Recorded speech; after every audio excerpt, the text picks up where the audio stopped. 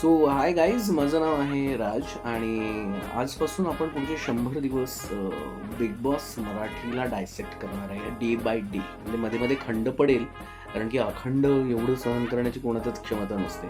But yesterday was the first official day of big boss Marathi. Day 1 होता. पहिल्या दिवसापासून लोकांनी भांडणं करायला सुरुवात केली होती. म्हणजे फॉर्मॅट लक्षात येणं हा एक वेगळा भाग आहे आणि उगाच काड्या करणं, है ना, उगाच बोटं काढलं, याला स्किलच लागतं आणि ह्याच स्किलवर आधारितच इंटरव्ह्यू घेतले जात असावेत बिग बॉसचे, असं मला तरी वाटतं. शेवटी हा डिपेंडन्सीचा खेळ आहे, ही फील्ड आहे, की बिग बॉसमध्ये जाऊन माझं करिअर छान होईल म्हणून काही लोकं बिग बॉसमध्ये जातात आणि ज्यांचं करिअर थोडंसं छान आहे त्यांना बिग बॉसमध्ये आणतात आणि आता ह्या दोघांवर आपणही आपला व्हिडिओ टाकून आपण व्ह्यूज मिळवूयात. म्हणजे हे सगळे असं छान इकोसिस्टीम आपल्याला चालवायची आहे. सो काल काही सगळे हौशे गवशे पण आहेत आणि काही नवोदित आहेत, काही जुने आहेत, असे काही नावं बघायला मिळाले.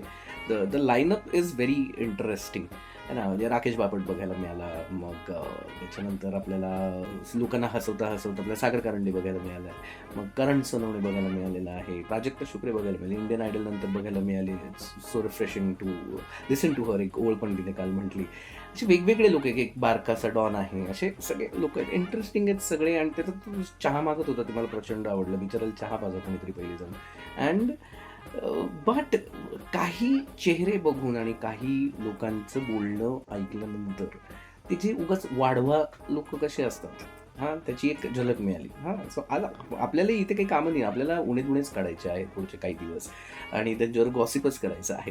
कारण की तोही गेम तसाच आहे आणि आपणही त्याचं तेच करायचं आहे. पण आपल्याला हे बघायचं की नक्की काय चालतं एका घरामध्ये, कुठल्या लेवलवर चालतं. We are going to dissect the human psychology from this. हा एक मास्टर क्लास असणार आहे बिग बॉसमधून सायकोलॉजी शिकण्याचा. So we are going to have fun for next few days for sure. So पहिला दिवस असं झालेला आहे, नथिंग न्यू. कोणाची नावं एकमेकाला माहीत नाही आहेत, लोकांना बाथरूम कसे वापरायचे हे माहीत नाही आहेत. म्हणजे एक साधेपणा आणि गरिबीमधला जो अंतर आहे, तो दरवेळी आपण अधोरेखित करतच जातो मराठी कुठल्या तरी सिरियलमध्ये. तर हे काही करायची गरज नसते. मला ते समजत नाही. कळेल मी काय म्हणतोय ते. हे पुन्हा पुन्हा तुम्हाला ऐकायला मिळणार आहे. याच्यावर मी रील पण टाकणार आहे लवकरच. So that was the first day. Today is gonna be the second day.